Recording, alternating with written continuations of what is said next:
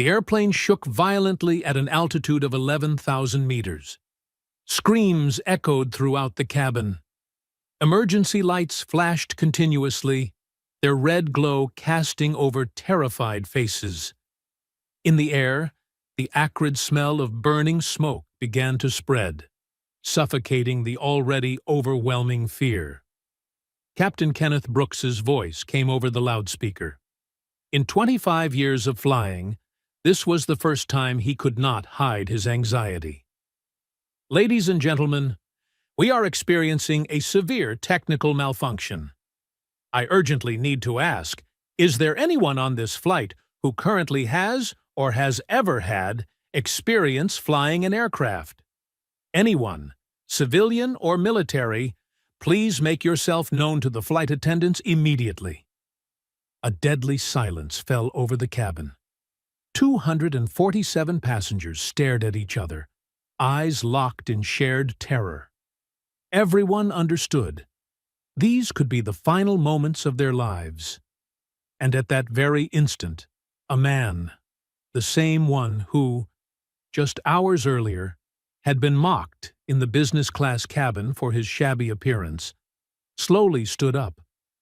But to understand why this moment mattered so much, we must turn back 4 hours earlier, when the flight departing from Las Vegas, the city of glitter and sin, was preparing for takeoff. If you believe that even in the moments that seem the most hopeless, people can still find the strength to rise, then leave a like on this story. Don't forget to subscribe to True Tale Time to keep hearing journeys where courage and love turn into true miracles. Flight DL-156 from Las Vegas to Washington, D.C. was preparing for takeoff. The business-class cabin glowed under warm golden lights, crystal glasses of Cristal champagne sparkling as they caught the afternoon sun through round windows. This was the world of the accomplished, the place where money and status dictated everything.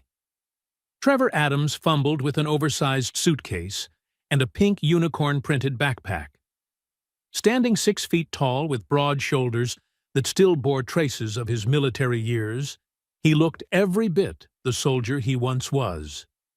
Yet his faded leather jacket, worn-out jeans, and unbranded shoes betrayed a financial reality far from comfortable. Eyes that had once locked onto enemy aircraft at 12,000 meters were now focused solely on fastening the seatbelt for his 7-year-old daughter, Isla. "Daddy, why is everyone looking at us so strangely?" Isla whispered, her wide eyes, mirroring her father's, darting around the cabin. Trevor gently brushed his daughter's curly brown hair, his voice soft. "Don't mind them, sweetheart. We're right where we're supposed to be." He had grown used to such stares ever since Susan, his wife, passed away 3 years earlier. From other parents at the school gates to store clerks watching him count pennies for Isla's new clothes, skeptical eyes always followed the gaunt man in grease-stained work clothes. Across the aisle, Harper Sinclair observed it all with a cold gaze. At 34, she had built a tech empire worth billions. Her sharp bob of golden hair, tailored Armani suit, and accessories that screamed high fashion. Harper was the embodiment of success, straight out of a Forbes magazine spread. But behind the flawless exterior lay unhealed wounds. A lonely childhood in an Upper East Side home where love was measured by grades. The one man she had ever trusted, Richard, had betrayed her, chasing money when the company was still a fledgling startup. "Not everyone belongs in business class," Harper remarked just loudly enough for nearby passengers to hear. "Some people really ought to reconsider whether they can afford this lifestyle." A businessman chuckled. A middle-aged woman shook her head in agreement. Once again, every eye turned toward Trevor, as if he had mistakenly taken a seat that wasn't his. Trevor clenched his jaw, a reflex ingrained from years of military training. But he remembered Susan's words in the hospital room, her frail hands gripping his, Promise me, Trevor. Don't let pride or anger affect Isla. She needs a father who is calm and full of love. Because of that promise, he had given up a fighter pilot career that once paid $150,000 a year, choosing instead to become an aircraft maintenance engineer, earning only $45,000. But in return, he was present for every bedtime story, every small school performance, rather than just a distant shadow of a hero in the skies. "Daddy, why did she say that?" Isla asked softly, her innocent eyes drifting toward Harper. Trevor leaned down to meet her gaze, his voice warm. "Some people only know how to make noise. But we know where we belong, together. And that's what matters most." He pulled out a worn comic book, The Brave Little Airplane, the story Susan had once read to Isla every night. Now, it was a sacred ritual, binding father and daughter. Harper watched the scene, and a strange feeling stirred within her. Trevor's tenderness reminded her of what she had never known. A father who cared more about feelings than achievements. A family bonded by love rather than expectations. She muttered, almost to herself, "True success demands sacrifice and discipline." But immediately after, she felt a hollowness. The cold penthouse in Manhattan, dinners alone overlooking city lights, sleepless nights over quarterly sales, all of it flooded her mind. She wondered, had she been sacrificing the right things?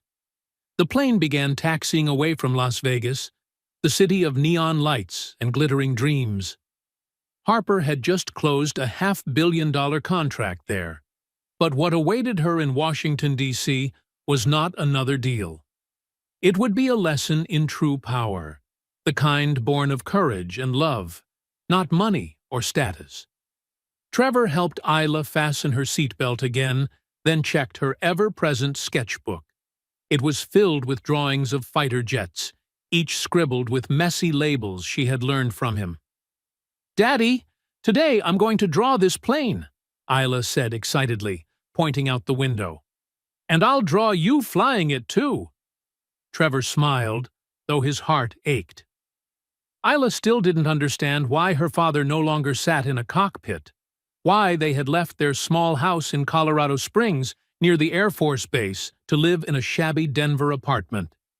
He remembered that last night with Susan, when she whispered, "Isla needs a father to teach her how to live, not just how to survive." Today's business class ticket was the product of 2 years of saving, cutting back on every expense. Not for show, but to give Isla a reprieve from the gray days, to take her to Washington to visit her grandmother, the last living memory of Susan.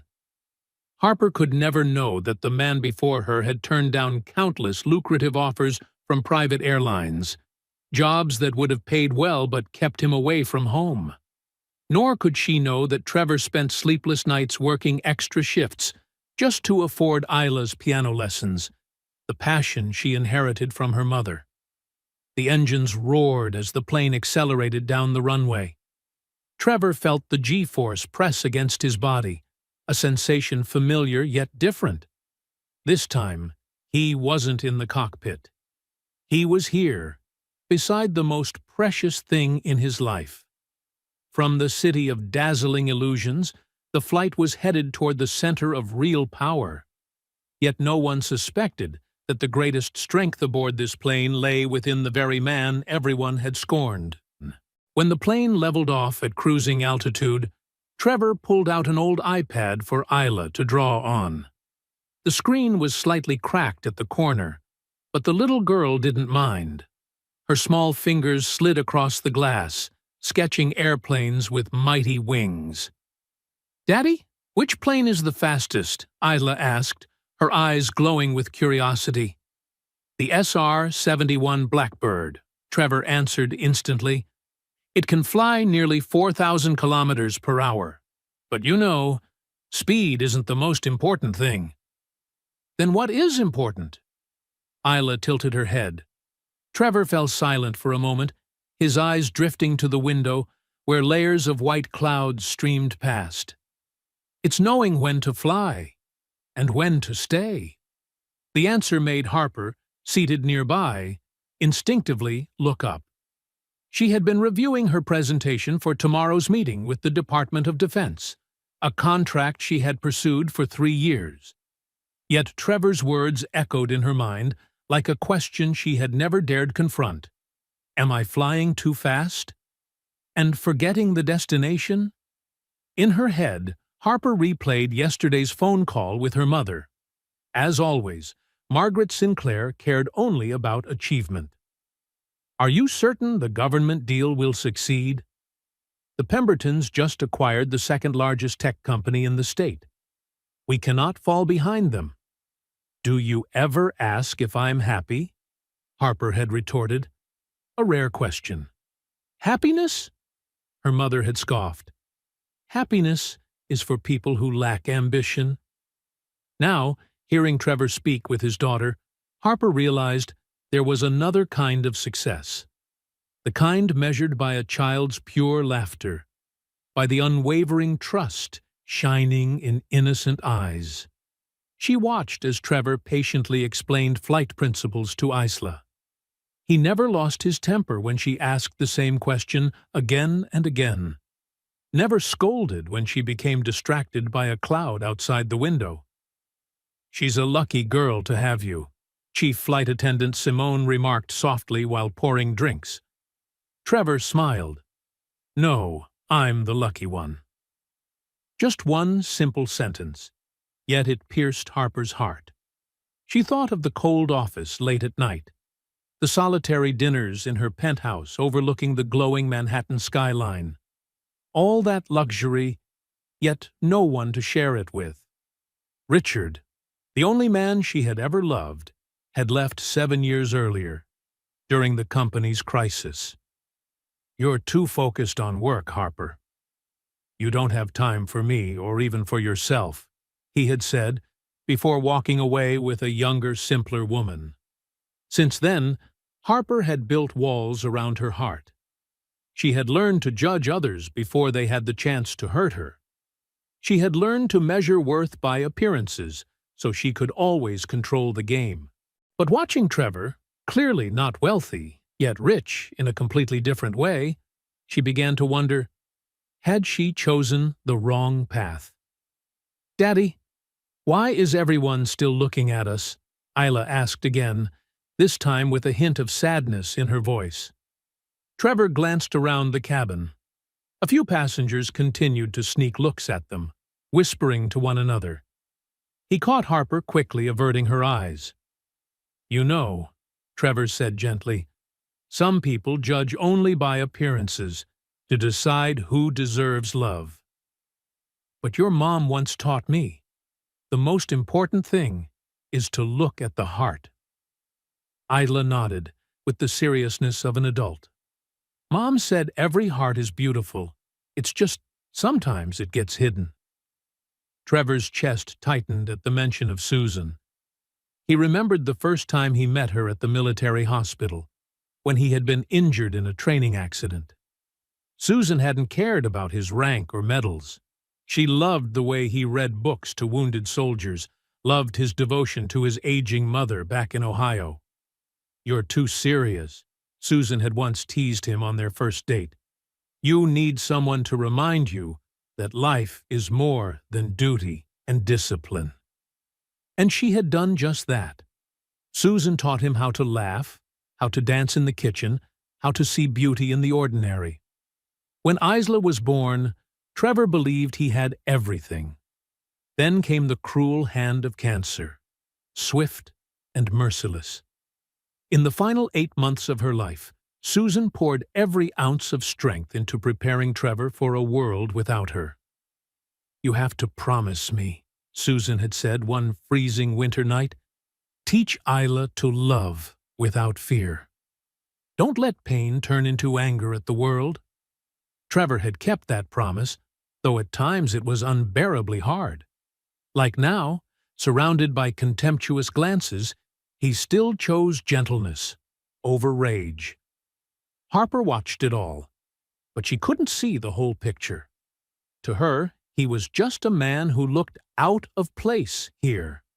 She didn't know about the sleepless nights Trevor spent nursing Isla through fevers, or the lucrative job offers he had turned down just to be there for school drop-offs and pickups.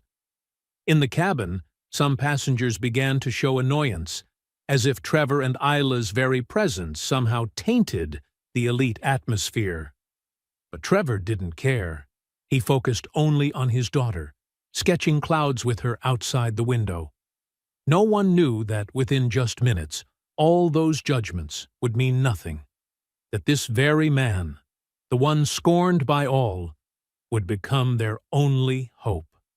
The plane pressed on toward Washington, D.C., carrying untold stories, unhealed wounds, and a destiny about to intertwine. At 11,000 meters, everything could change in an instant. First Officer Diego Alvarez was performing routine checks when a wave of nausea hit. 35 years old, 12 years of flying, he had never felt this way in a cockpit. "Kenneth, I don't feel well," Diego whispered, his hand trembling as he wiped sweat from his brow. Captain Kenneth Brooks, 48, with graying hair and the sharp eyes of a man who had weathered countless emergencies, glanced at his colleague. 23 years in the air had taught him how to read danger signs. "Can you hold on?" The answer came not in words, but in the body. Diego collapsed forward, convulsing. At that very moment, the plane shrieked with alarms. First came the beeping of the hydraulic system. Then the number 2 engine warning light flashed red. Next, the acrid stench of burning metal, the telltale scent of overloaded circuitry. "Mayday! Mayday! Mayday! This is Flight DL-156. We are experiencing a severe technical malfunction," Kenneth radioed in. His voice maintained training standard calm, but his hands had begun to shake. The aircraft jolted violently. This was no ordinary turbulence. These were bone-rattling thrashes that hurled belongings across the cabin. Harper's champagne glass shattered, golden liquid mixing with shards on the floor. Children screamed. Adults shouted. Magazines and laptops flew like stray missiles. Amid the chaos, Trevor reacted like the fighter pilot he once was. He wrapped Isla tightly in his arms, one hand shielding her head, the other locking her seatbelt down. "It's okay, sweetheart. Daddy's here." His voice was eerily steady in the storm. For the first time, Harper felt powerless. Money, power, connections, all meaningless at this altitude. She clutched the armrest so hard her knuckles turned white. Kenneth's voice filled the cabin, carrying, for the first time in his career, a trace of fear. "Ladies and gentlemen, we are experiencing a critical emergency. The first officer has lost consciousness and requires immediate medical aid. Is there any pilot, current or former, aboard this flight? Civilian or military, please make yourself known to the crew immediately." A deathly silence fell. 247 passengers looked at one another with terror in their eyes. Everyone understood. These could be the final minutes of their lives. Chief Flight Attendant Simone hurried down the aisle, scanning each face, desperate for a spark of hope. Trevor's heart pounded. He recognized the sound of an aircraft spiraling out of control, the smell of failing electrics, the unsettling sideways sway. In his mind, 2 voices collided. The soldier. "They need you. 247 lives." The father. "You promised, Susan. Don't put yourself in danger. Isla needs a father, not a hero who falls." Isla looked up at him, trembling but with absolute trust. "Daddy, we're going to be okay, right?" Trevor hugged her tighter. He remembered Susan's words on that final night. "If there's ever a moment when Isla needs you to do the right thing, no matter the risk, do it." That's the only way to truly protect her.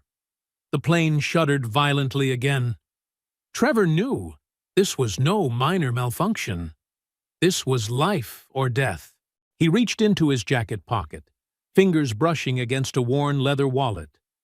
Behind his license was an expired military ID, a reminder of another life. Lieutenant Colonel Trevor Adams, 15th Fighter Squadron, United States Air Force. 15 years of service. 2,847 combat flight hours. 156 missions.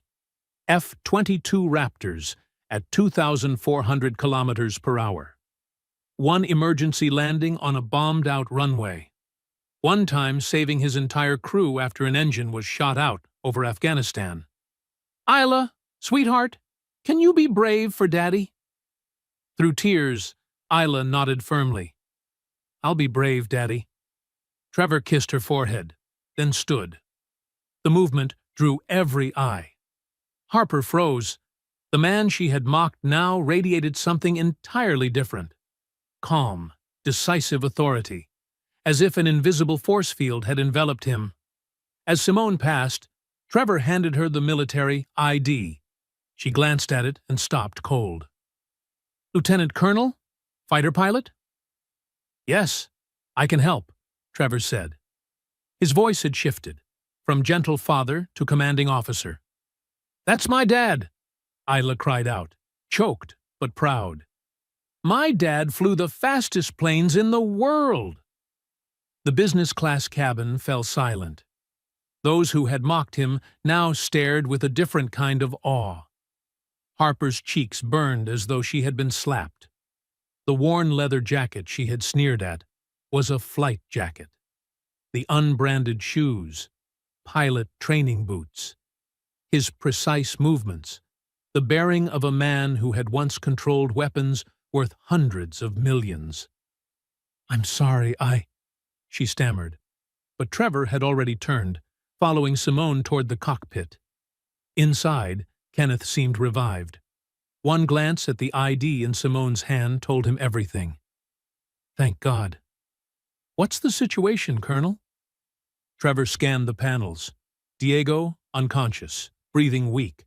Control board glowing red. Hydraulics at 40%. Number 2, engine overheating. Ahead, a wall of black storm clouds. "Give me 30 seconds to refamiliarize with the panel," Trevor said as he slid into the co-pilot's seat. "Then we'll bring everyone home." Back in the cabin, Isla sat clutching her sketchbook with the drawing of an airplane. Harper looked at her, truly looked, for the first time. No longer seeing an out-of-place child, but the daughter of a hero. "Are you scared?" Harper asked softly. Isla shook her head. "No. Daddy always keeps his promises. He's going to save everyone."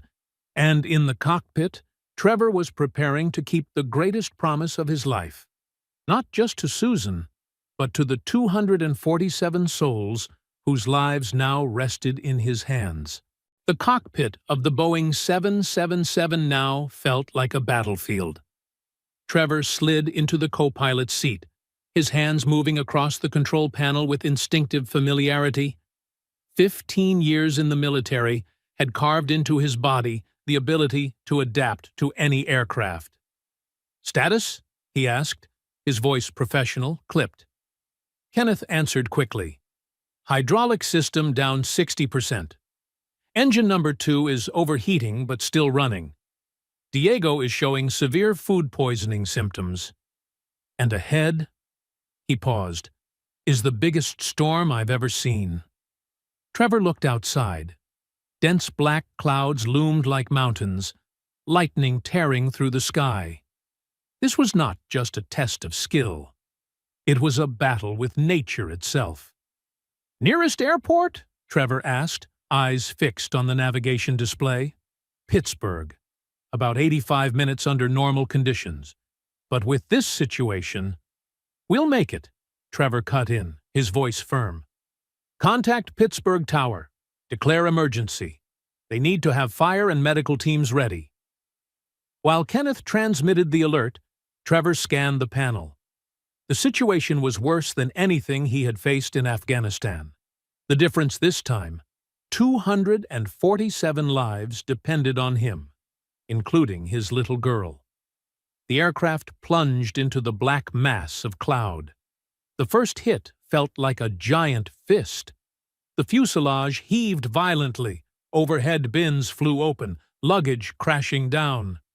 Altitude 9,500 meters, speed 420. Heading 090.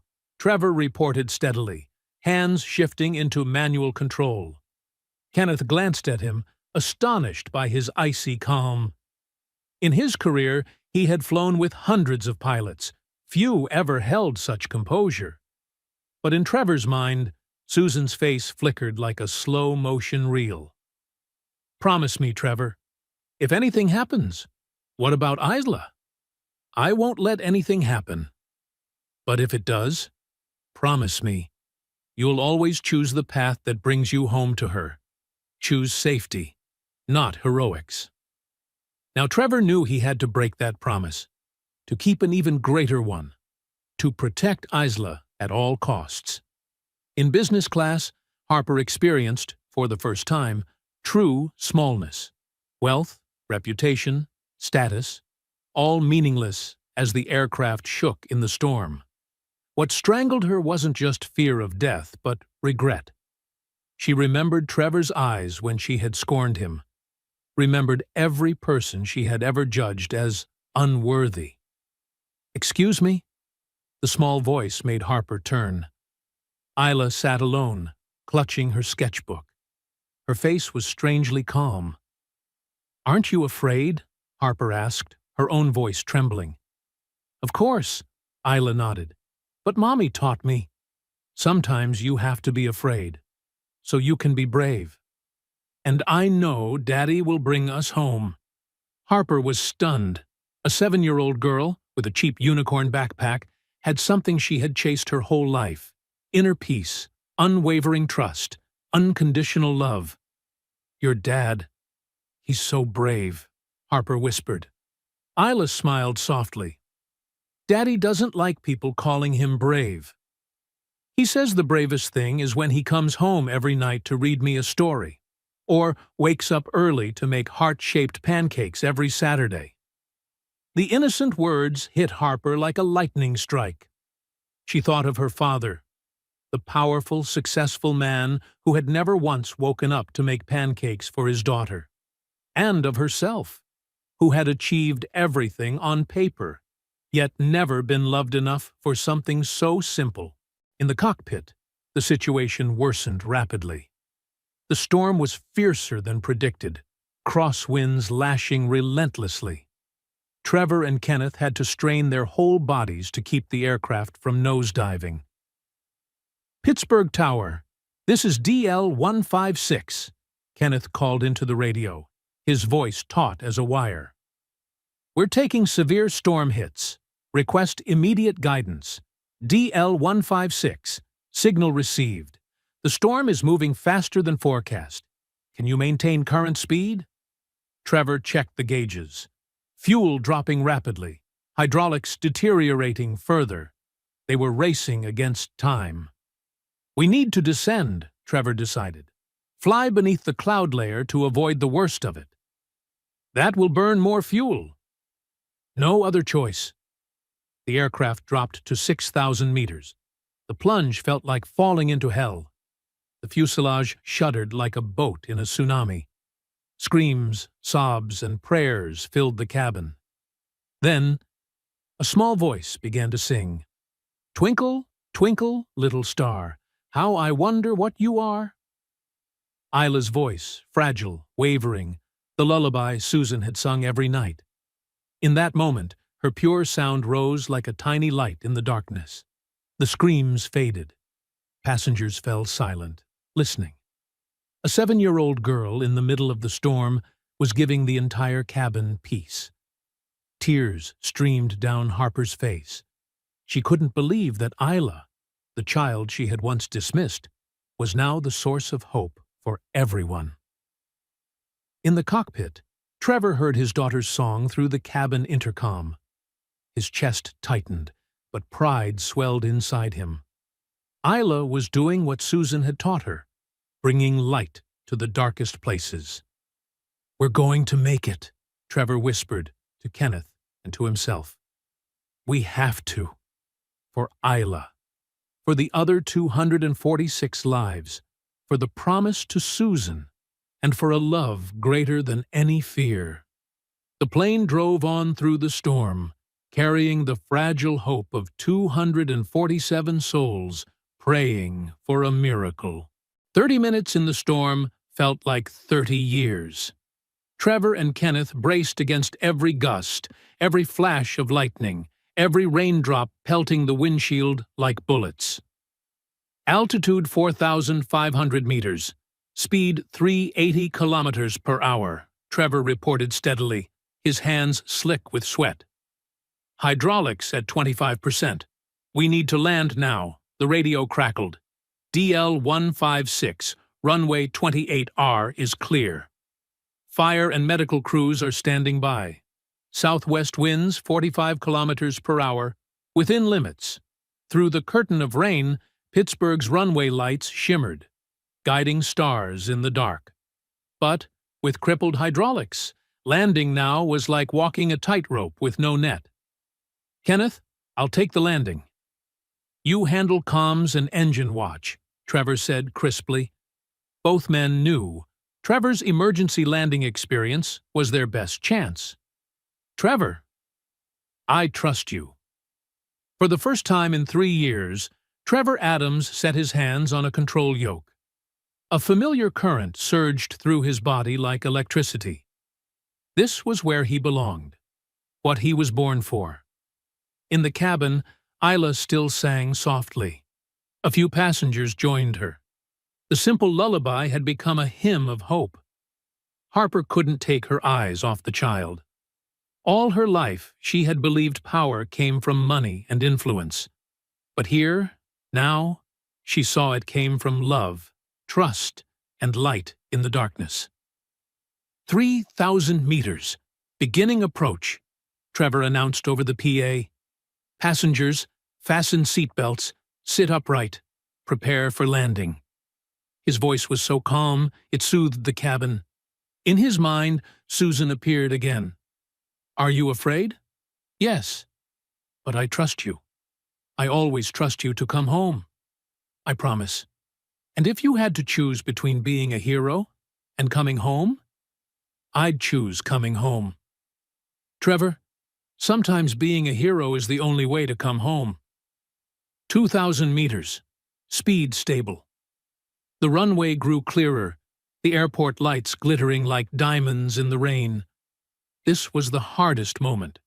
No hydraulics to rely on, only his hands. It was like the battlefield long ago, except now he carried 247 souls, including his daughter. 1,000 meters. Stable. Trevor's hands trembled, not from fear, but from the weight of responsibility. Kenneth glanced over, eyes filled with respect. In 23 years of flying, he had rarely seen such composure. 500 meters. Brace for contact. The cabin held its breath.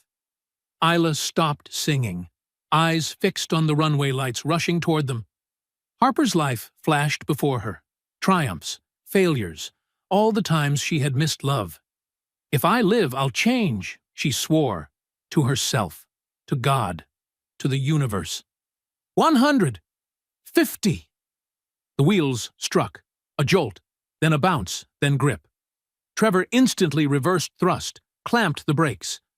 On the slick runway, the jet skidded, shuddered, then slowed. Fire trucks flanked them like escorts. Finally, a full stop. 1 second of silence, then thunderous applause. People hugged, cried, laughed. They were alive. They were home. Kenneth turned, eyes damp. "You saved us." "All of us," Trevor nodded, unbuckling.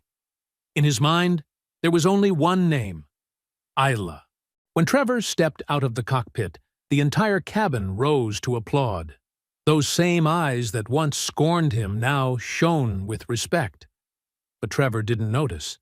He saw only one person. "Daddy!" Isla threw herself into his arms. Trevor held her tight, all the tension melting away like smoke. This was the real victory. A few steps away, Harper stood frozen. She didn't dare come closer. In her chest, a crushing weight pressed down, guilt and shame choking her breath. The man she had mocked, dismissed for hours, had just saved her life, and the lives of over 246 others. At that moment, Harper knew. No apology could ever be enough. Trevor glanced over, noticing Harper hesitate, words caught in her throat. His eyes held no anger, no resentment, only the calm of someone who had already faced the truth she had just been forced to confront. Harper began, then faltered. She drew a shaky breath, swallowed hard, and whispered, "I'm sorry. I was wrong." Trevor nodded slightly. "We all misjudge sometimes." The simple reply made Harper's heart constrict. He hadn't even blamed her. That very grace only deepened the chasm she felt between them. "No," Harper shook her head firmly. "What I did wasn't just a misjudgment. I behaved horribly, exactly like the people I've hated most." Trevor stayed silent. No judgment, no comfort.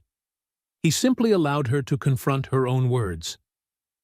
"I need time," Harper finally admitted, her voice barely above a whisper, "to think about myself, about how I've lived. I don't deserve your forgiveness." "Not yet." Isla tugged at her father's sleeve, whispering, "Daddy." She looked so sad. Trevor bent down, smiling gently. "That's right, sweetheart.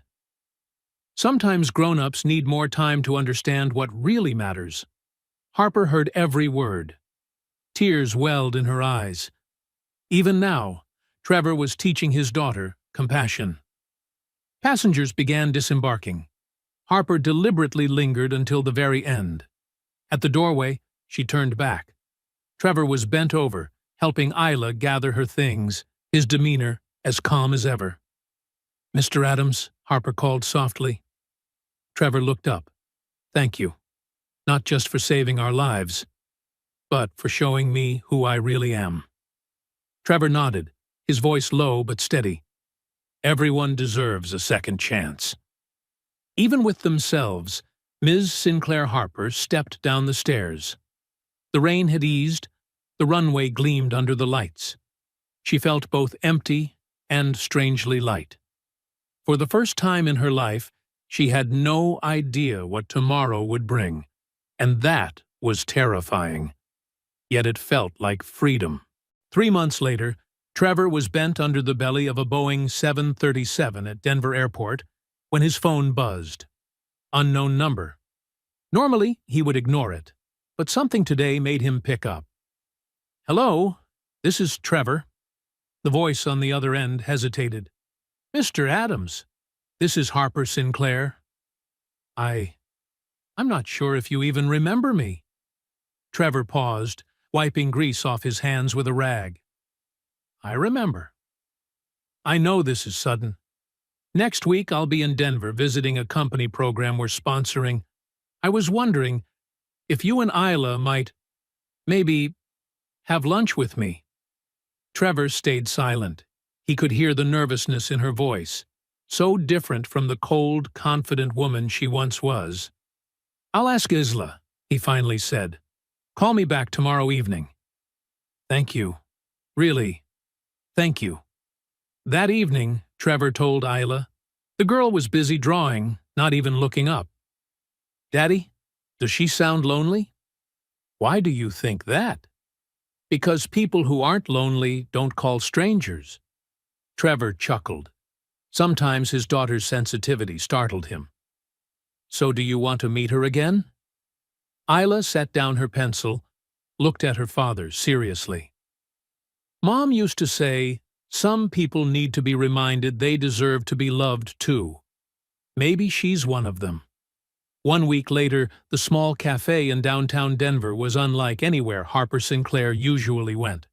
No expensive furniture, no elaborate menu, just a few old wooden tables and the rich smell of roasted coffee. Harper arrived 15 minutes early. For the past 3 months, she had tried living differently, working fewer weekends, joining charity projects, even hiring a therapist. Yet the thought of meeting Trevor and Isla still made her restless. "Miss Harper," Isla squealed. Trevor followed with a gentle smile. "Hello, Isla." "Hello, Mr. Adams. Just call me Trevor," he replied. Harper nodded. Isla studied her closely, then said bluntly, "You look different. Not grumpy like before." "Isla," Trevor reminded. Harper laughed, the first genuine laugh in months. "She's right. I've changed." The conversation was awkward at first, then slowly flowed. Harper spoke about her new charity program, supporting single-parent families with childcare. "Why did you choose that direction?" Trevor asked. Harper glanced at Isla, who was doodling on a napkin. "Because I realized I spent my whole life chasing the wrong things. I thought success was beating others. But it turns out, success is lifting others up." Trevor just nodded. Isla suddenly looked up and asked, "Are you lonely?" Harper froze, then nodded. "Yes, for a very long time. Then why don't you make friends?" "Because I forgot how. I only knew how to win, and now—" Harper smiled faintly. "Now I'm learning again." Bit by bit. After lunch, as they prepared to leave, Isla handed Harper her sketchbook. On the page was a plane soaring through a storm, light shining from the cockpit. Inside the cabin, 2 women held hands. "This is me and you," Isla explained. "Mom used to say sometimes we need to hold hands so we're not as scared." Harper's eyes blurred. "Can I keep this drawing?" "Yes." Isla tore the page out. "But you have to promise me one thing." "What's that?" "That you'll remember there's always someone willing to hold your hand when you're afraid." 6 months later, Harper's new office was smaller, cozier. On the wall, Isla's drawing was framed with care. Her phone buzzed. A text from Trevor. "Isla's been selected for the Kids Aviation program. She wants to invite you to her showcase. If you're free." Harper looked at her schedule, a day packed with meetings, but her eyes stopped at the drawing on the wall. She typed back, "I'll be there." For the first time in her life, Harper Sinclair canceled her entire calendar. Not out of duty, not out of guilt, but because of a promise to a 7-year-old girl. And she realized true connections aren't measured by power or money. They're measured in the moments we choose to show up for one another, in putting love before success, in seeing the real person behind the surface. Sometimes, the most important lessons arrive in the darkest moments, when the sky seems to collapse, and we must choose, stay the same, or become a better version of ourselves. Leave your thoughts in the comments. Was Trevor a hero, or simply a father keeping his promise? I want to hear your opinion. If you believe true strength isn't found in money or power, but in love, and the moments we choose to be there for one another, then give this video a like. Don't forget to subscribe to True Tale Time, and ring the bell so you never miss a story where justice, truth, and humanity always find their place. And if today's story touched your heart, share this video so that anyone feeling lost will remember. Sometimes, in life's storms, all we need is a hand willing to hold ours. See you in the next story, where every tear, every smile, carries a lesson worth keeping.